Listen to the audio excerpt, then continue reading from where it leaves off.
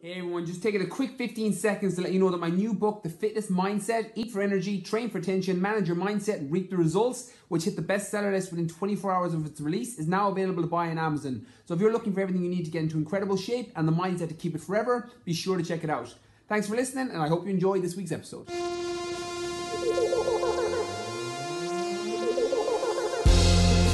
Welcome to Brian Keane Fitness Podcast, where we talk everything fitness, nutrition and mindset with your host Brian Keane.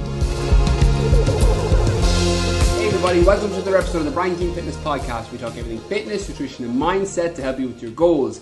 Today's episode is a Q&A, and I've pulled my questions from Snapchat and Instagram. Probably my two most active platforms at the minute. Absolutely loving Instagram and Snapchat. I'm spending an ungodly amount of time on the DMs on Instagram at the minute. So thanks so much to anyone that's DM'd about the podcast. Let me know what you like. Anyone that's picked up the book, mentioning me on their story. Massive thank you for that. So I'm trying to get back to everyone that I can. There's a lot of DMs coming in on Instagram. So be sure to check me out on there, Brian Keane Fitness, and my Snapchat, BrianK019. So first question today comes in from Keen23 on Snapchat. Starting a law degree this month. Any supplements to improve my studying? Okay, so the first thing here is I'm going to talk on a couple of supplements that are kind of brain boosting supplements that tend to work very, very well. But the number one thing is going to be getting your nutrition right. So nothing and no supplement is going to help if you're not eating good foods, or you're eating foods that are going to increase the inflammation in your body, which will effectively increase the inflammation in your brain, which means you won't be able to concentrate as well, and it means you won't be able to retain information while you're studying as effectively as if your nutrition was good. So I would minimize the amount of processed foods you're eating, and in college it's a little bit harder because you don't have a lot of money, you may not have a lot of knowledge on cooking. I remember when I went into my first year of college, I used to live on microwave rice because I didn't know how to cook anything, and packets of chicken. But it will serve you to learn that the couple of foods that are very, very easy to prepare, that are going to help and support you in the year ahead, that are pretty cheap, that aren't going to mess with the inflammation in your body. So the main thing that people get caught on in college and in life in general is your fast food and takeaways, because they're handy. Your McDonald's, your Domino's, your pizza that gets delivered to your doors, they're all very convenient and very handy. But they're loaded with trans fatty acids. They're not great foods for your body, and they are going to increase the amount of inflammation that you have, which will effectively reduce the amount of your brain's capacity to retain information if there's too much inflammation in there. Dave Asprey has a lot on this in his book, The Bulletproof Diet. Now, I don't fully agree with his bulletproof diet and his coffee and butter and all these things that come with it. But his research on inflammation in the brain is really good. The section in that book and his second book, which is Headstrong, talks a lot about brain inflammation, and the studies that he's sourced are pretty reputable studies. So he talks a lot about different foods, different glutens, different dairies that can cause inflammation in your brain. But the main ones to avoid are going to be your fast food. So I would minimize the amount of time you have that. Once a week is going to be fine, twice a week potentially if you're factoring it in. But when you have your nutrition right and you're eating a lot of vegetables, a lot of fruits, a lot of good quality meats and fish, and you're using things like your basmati rice or your brown rice, which is really, really cheap, your porridge oats, which again, you're getting the Tesco or Dunn's or Sainsbury's brand, regardless of where you are in the world, you can get very, very cheap oats, very, very cheap rice, and you can get vegetables effectively very cheap, and fruits that are all going to make sure that your body's not only performing at its best in the gym or on the pitch if you're an athlete, but you're also going to improve your study in your classroom. I have a couple of people coming through, or I have a lot coming through my GA youth program at the minute, and there's a study module in there talking about how to reduce inflammation in your diet that's going to improve your concentration in school. It's the same with college. So what you want to make sure you're doing is that you've got your nutrition right first, and then these are the supplements I would add in that will help your study over the next year. So the first one is going to be omega-3. I'm a massive fan of omega-3. Now, getting it from food is going to always be the best. So your oily fish, your flax seeds that are loaded with omega-3, you're always going to choose a food as an option first. However, as a college student, you may not have that much money. And if you don't, what I would do is I would check out the podcast episode I did way back when I spoke on how to get lean or get bigger or how to get fit on a budget. So for those of you that know, I have 2 degrees. I have an honours degree in business. I have a postgraduate in teaching. So I went through nearly 5 years of study where I had very little money. So I learned how to squeeze every single penny and still stay in shape so that I was able to eat decent food that supported my physique and supported my sporting performance at the time. I then went on to become a teacher for 4 years in London, and the wages of teaching in London, when you're factoring in the cost of your rent and your lifestyle, I had to use those tips and tricks to stay fit or get fitter on a massive budget because I didn't have a lot of income at the time. So I would check out that episode for sure if you're a college student. I think it's episode 6 or 7 of the podcast. So assuming that you've got all your foods and you're eating good quality clean foods, you may want to supplement back in a strong omega-3.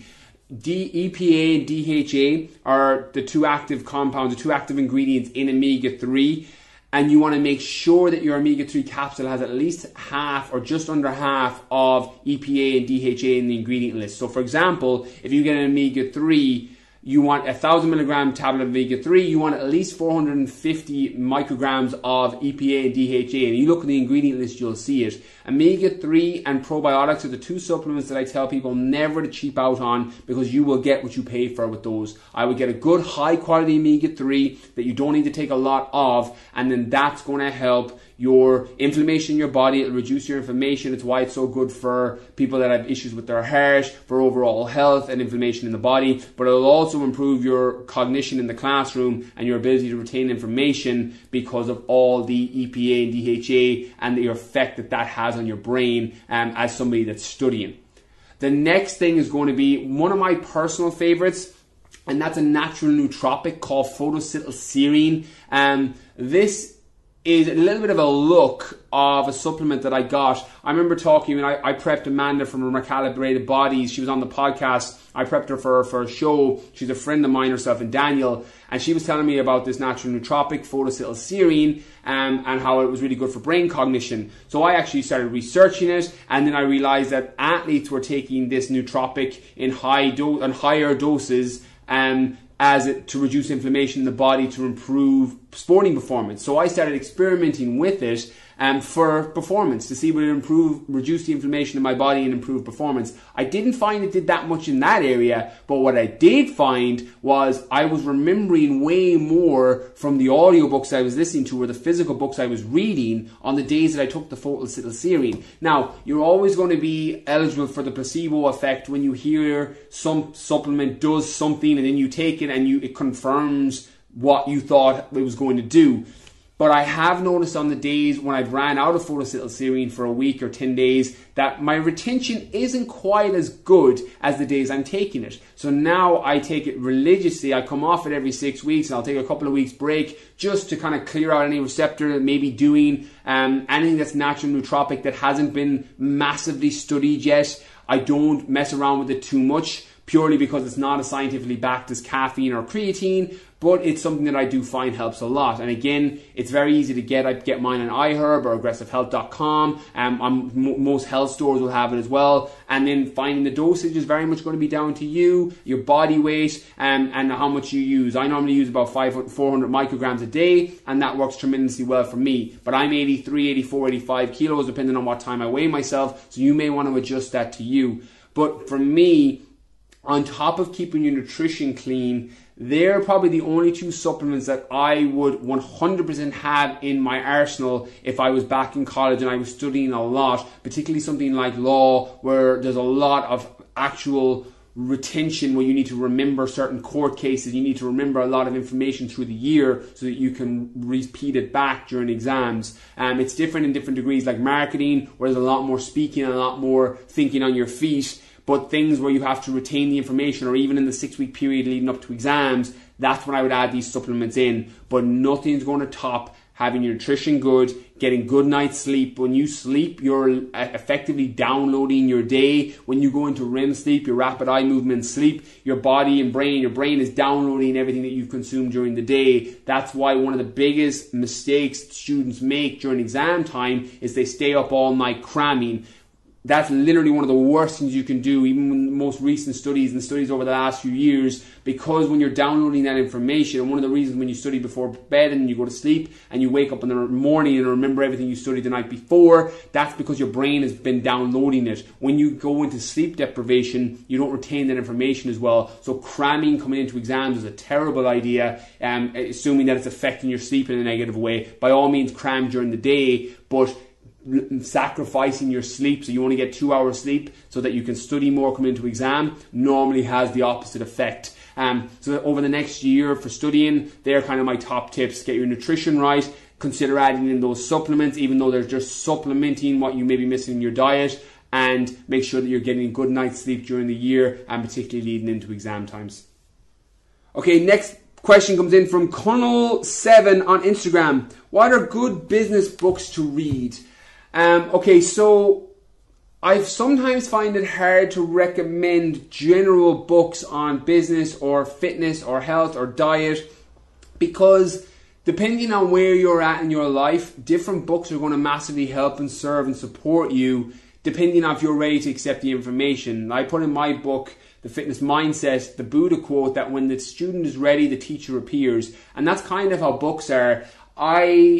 I've spoken a lot on my Snapchat, and I put up all the books I'm listening to on Snapchat. So if you're not on my Snapchat, BrianK019, I put all my audiobooks that I'm listening to, all the physical books I'm reading. I go through 2 or 3 books a week. I put them all on my Snapchat, and then I talk through the best ones so that you don't even have to read them yourself, and I just give you the golden nuggets that I've taken from it.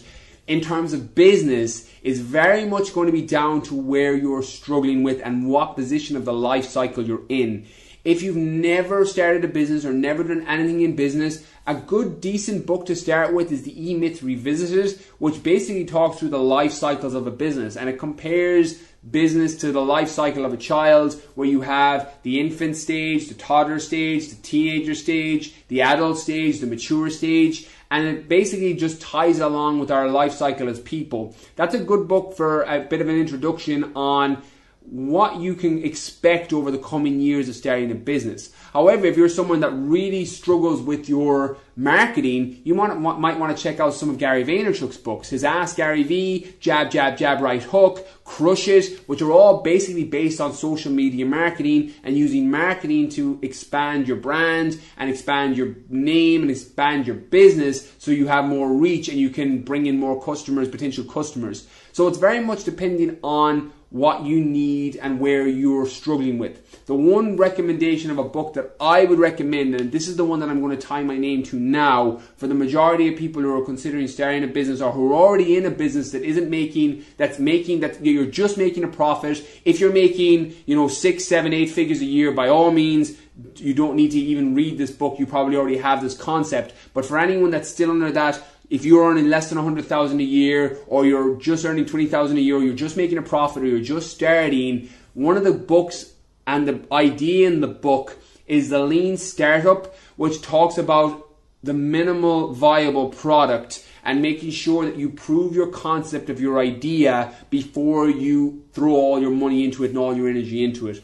So the Lean Startup is effectively where you bring out a product or a service as good as you can make it, but you bring it to the market, you see if people like it, and then you pivot it and you tweak it and you change it and you test it, and then you make the adaptions so that by the end of a 6-month period, 12-month period, 18-month period, that you're mastering and remastering your product or service, and you haven't spent 2 years building something that nobody wants. So one of the biggest tips I can offer, and this is my personal tip in a business, as somebody that's been very, very fortunate with the way I built and scaled my business, is ask people what they want. My GA Lean Body program, which is probably now my flagship program, was down to asking people, how can I help you? How can I serve you? What can I give you? What do you want me to create? And people ask me about the GA Lean Body program. They're like, do you have a program that you can build more muscle and improve your performance so that you can look like a fitness model, but you can actually try and break into county teams or senior teams? I was like, no, but I will create that. And that's my bread and butter. I played GA for 20 years. I was a professional fitness model. So I merged the best of both worlds and effectively created my GA Lean Body program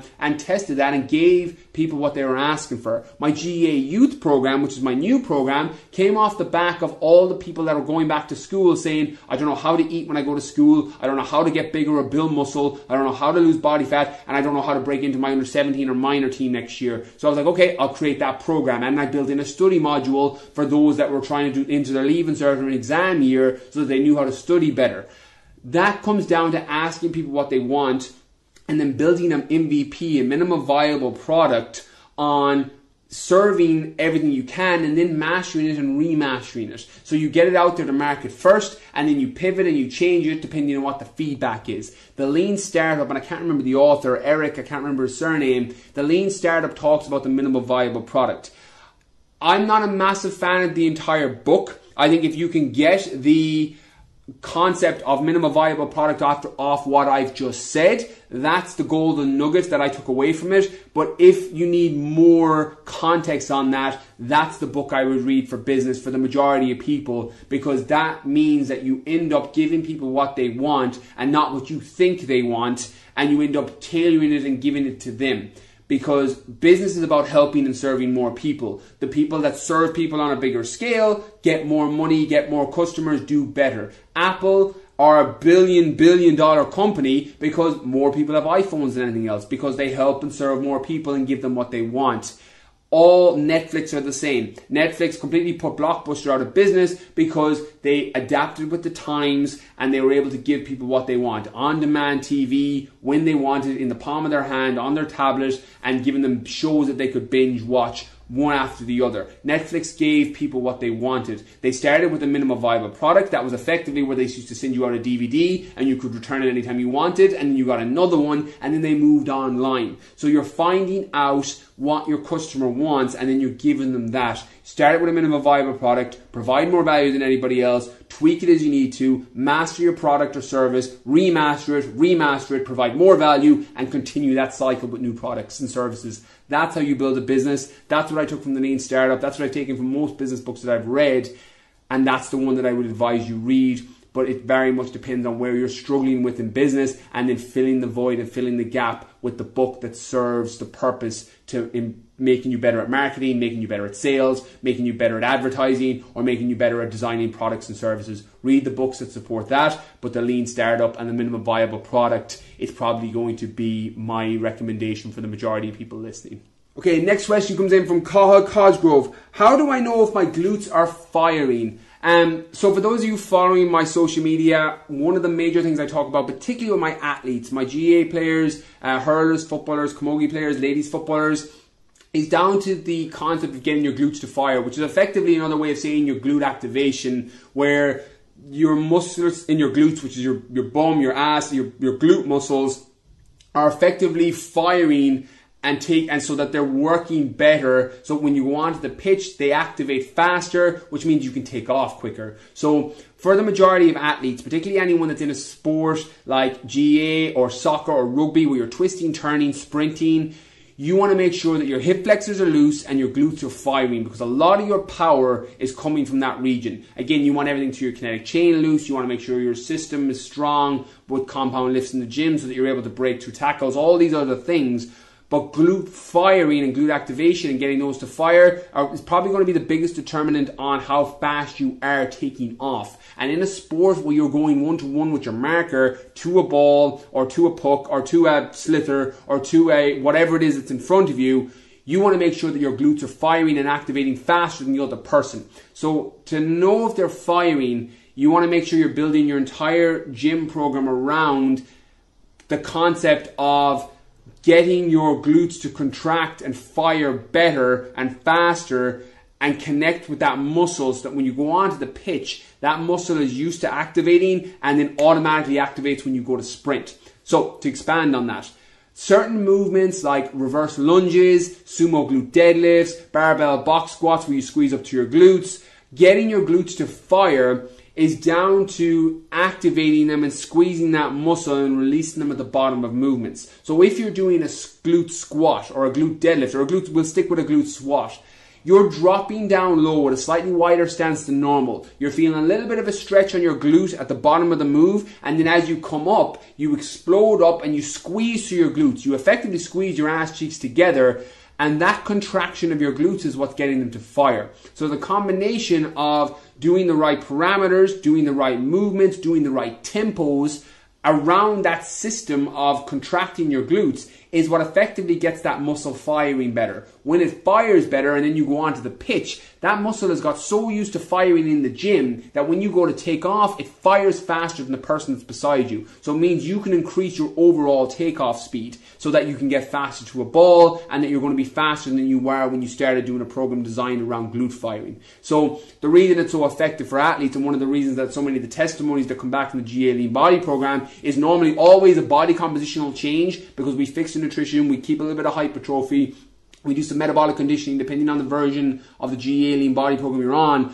But one of the things that always comes back is I'm bigger, stronger, and faster, because you're getting your glutes to fire, you're doing compound lifts that's improving your overall central nervous system strength, and then when you're releasing your hip flexors, when you're keeping everything loose to your kinetic chain, you're going to get a better engagement in your glutes, which means you're going to be able to take off faster, which is absolutely crucial in a sport like GA, football, hurling, ladies football, or camogie, because you are your takeoff speed. If you're able to break through tackles, you've got a good skill set from practicing on the weak areas of your game, you're going to be very, very hard to mark. If you're faster than you were and you're stronger than you were and you're improving your skill set, it makes you an overall better player. And that's effectively how you feel your glutes firing, is making sure you're releasing them at the bottom of a movement and you're squeezing them at the top on a reverse lunge, on a squat, on a sumo glute deadlift, or whatever variation of exercise you're doing to activate and fire your glutes. Okay, next question comes in from 7881 on Snapchat. I took a year and a half off training to focus on family and business. Is it too late to start back? Will I get the results I did at the beginning? Okay, so for those of you who have ever started training first, particularly your first ever time going to the gym or lifting weights or getting your nutrition right, you get what's called beginner gains. It's where your body responds faster than it does at any other period in your life when you train. That first 6, 12, 18-month period, and you've started eating more food, good quality food, you started lifting weights for resistance training, your body can tend to take shape faster than in any other period. It's called in the fitness circle beginner gains. So this question is, if you've taken a year and a half out, will you still get beginner gains when you go back? The long and the short is maybe. It very much is dependent on how long you were training before that period. If you were training for 10 years before that period or 5 years before that period and you take a year and a half off, you'll get what's called muscle memory. It's where the muscle that you had beforehand will come back faster because your body is remembering, or your muscle is remembering what it was like to be that size, be that shape, be that condition. And then assuming you're doing all the things that got you in that shape before and prior to the year and a half, you end up going back to that state. It's the same reason that you see athletes who have surgery and can't lift a finger for 6 months, they get really skinny or really heavy or really out of shape, and then they're back training for 6 months and they look the way they did before. That's down to muscle memory kicking in. Beginner gains and muscle memory are two different things. If, for example, you took a year off, or you were training for a year and then took a year and a half off, you may get some of your beginner gains back again, but it very much is depending on how hard you're pushing your training session, how strict your nutrition is in terms of being in alignment with your goals, and the effort you're putting in. The truth is, it doesn't matter your training period or how long you've taken off. If you're a first-time trainer and you've never done anything before, you've been training for 3 or 4 years and you've just started getting serious about it, or you've been training for 10 or 15 years. You can always improve and progress, assuming that you keep changing things up. You switch up your training programs, you change up your nutrition so you're following plans that are in alignment with your goals, and you're changing your macros or calorie intake around what your specific goals are, and then you're changing your training program so that you're making sure that you have muscle confusion and you can continually progress. I'll use myself because you're your own best example. I'm nearly 17 years training and I still continually progress. It's slower now than it was for the first 2 or 3 years, but I continually progress because I switch up my workouts every 6 weeks. I switch up my nutrition when I change my goals. And when you're doing that, you can continually move forward and continually progress. And progressing might be for you just maintaining what you have. So if you're somebody that's listening to this and you're like, I just want to maintain, you can do that as well. You just have to keep changing things up so that your body doesn't get used to what you're doing. If you are going to the gym for the last 6 months and you've been doing the same program and you're not getting any bigger, you're not getting any leaner, you're not losing any more weight, you're not dropping any more dress sizes, and you're not responding, it's a sign and a feedback that you need to switch something up. You need to go onto a new training program, you need to switch up your nutrition, you need to do something that confuses your body so that you can continually move and improve. The reason that we work, particularly building muscle and losing body fat, is the same effectively, is your body is adapting to the stressor you're putting on it. When you're training, you're putting a stressor on your body, and when you break down those fibers or tear down those fibers, your body has to grow back bigger or stronger or leaner in a case of a deficit, just to set yourself up so that if you put your body under that stress again, that it's going to be able to cope with it. That's effectively how you build more muscle. It's effectively how you change your body composition. It's just an evolutionary survival adaptation that we have, that when you stress the body, it has to change as a result to be able to comply with that stress next time. So when you train hard and you tear down a load of fibers, your body sends a signal to say, well, we need to get stronger, we need to get bigger, because if we do this again, we need to be able to handle it. And that's all you're doing with training. You're effectively just stressing your muscular system so that you're able to grow bigger and stronger in the case of building more size, and losing body fat is effectively the same, just in reverse, where you're going into a calorie deficit to do that. So to answer your question, you can always progress regardless of your time period off. It's just making sure that you switch things up so that you're not just falling into the same routine of doing the same thing every single gym session, eating the same foods all the time, every single day, and not responding. Like Einstein says, the definition of insanity is doing the same thing over and over again and expecting a different result. If you're doing the same workouts over and over again, but you're expecting your body to change, that's the definition of an insanity. So it's a feedback to your body that it's time to switch it up. One of the reasons in my Top 50 program, in my BKF Online program, I switch up the workouts on week 3 and week 6 is to provide this new stimulus. You'll get 6 weeks out of a program. Some might even get 8 or 12 weeks. But I switch it up on week 3 and week 6 just to ensure that there's no stagnation or plateau with anybody. But by all means, as long as you're switching it up consistently and regularly, you're going to continue to improve regardless of the program you're following. Okay, next question comes in from Anonymous. I hooked up with a work colleague at an Xmas party. I know he has a girlfriend, but I'm really into him. I'm trying to be a dick to him, and I'm thinking of moving jobs. What should I do? Okay, so this has been a little bit of a trend in the podcast recently where I've been answering a bit more of lifestyle. Be sure to hit me up on DM and let me know if you enjoy these lifestyle questions, because the only reason I've been continually answering them is because of the feedback and people messaging saying that, look, that episode where you talked about the guys only use me for sex or how to handle a breakup, I was getting very positive messages and feedback back from people on it. So I continue to do a lifestyle question at the end of these Q&As. But be sure to hit me up on DM if you're finding value in them, or if you'd rather I didn't do them. Be sure to let me know, because I base all the podcast episodes on feedback, what people put in reviews, what people tell me in Snapchat, what people tell me in DM on Instagram. I work off the feedback that you give me, so be sure to keep me posted. So in the context of this answer, this one is a little bit of a tricky situation, and I'm going to answer it because I've been asked similar variations of this on my Snapchat Q&A, and the truth is it's a very, very difficult situation for a couple of reasons. One, if you hook up with a work colleague, I love the phrase that they say you shouldn't shit where you eat. And that's kind of what happens when you hook up with a work colleague. You always end up putting yourself in a position for more drama than it's potentially worth. So there's a couple of ways in which you can handle this, and I can offer what I would probably want you to do on the side as the guy, and what I would probably do in the situation if I was you.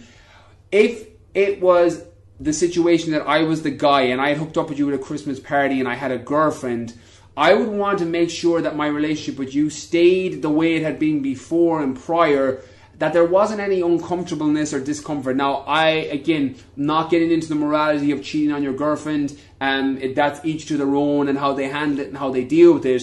But in this situation, if that had been the situation that had occurred, I would want you to talk to me about it.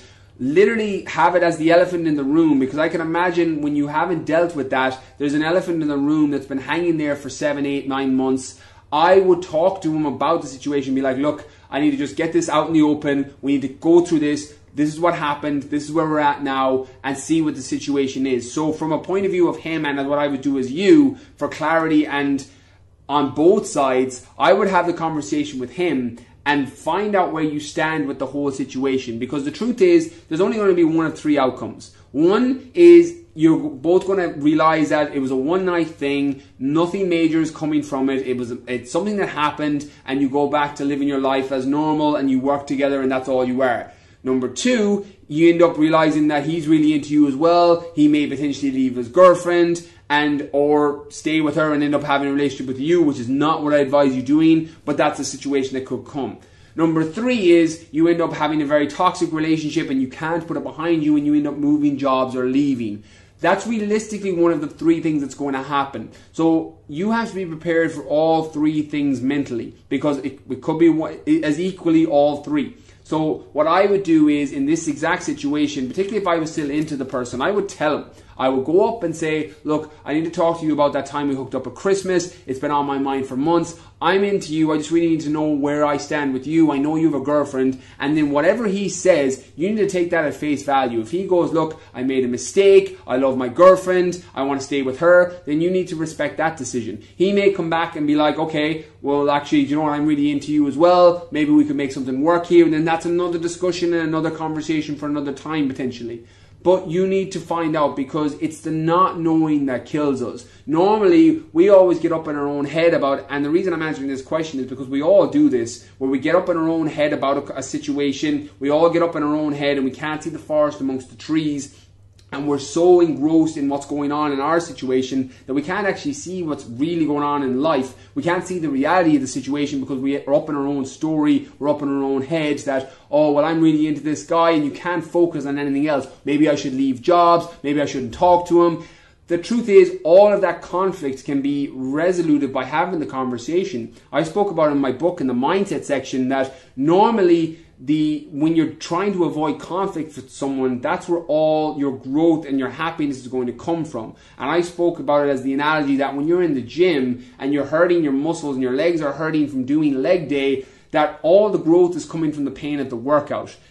Conflict avoidance is the same. Your unhappiness is coming from avoiding that conflict, which is effectively the conversation that you need to have. So I would ask yourself, and this is for anybody that's listening in all areas of your life, what's the conversation you're avoiding having? Because that's the one you need to have. Because all your happiness is on the other side of that conversation. The same way as all your leg growth, all your glute growth, all your arm growth is on the other side of a painful workout. You're tearing those fibers down so they grow back stronger and you have bigger muscles, you have a leaner body. Having those conversations lead to a happier outlook on life, because the thing and the conflict that's making you feel sad and unhappy in life, you're just avoiding it. So I would have that conversation, and regardless of who it is that's listening right now, then we've all done this, we've all had this, where we've avoided a person, or we've avoided a conversation, or we've avoided a situation because we didn't want to deal or handle with it, and as a result we're anxious, we're up in our head about it, we're making up stories about it.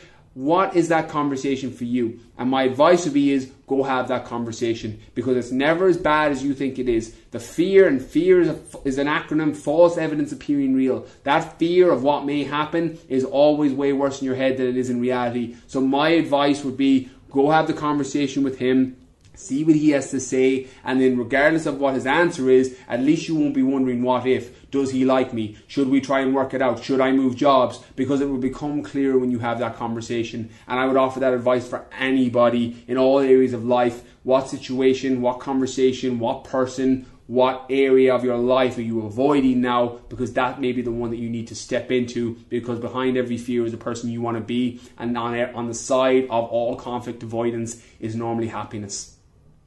Okay, that's everything from today's episode.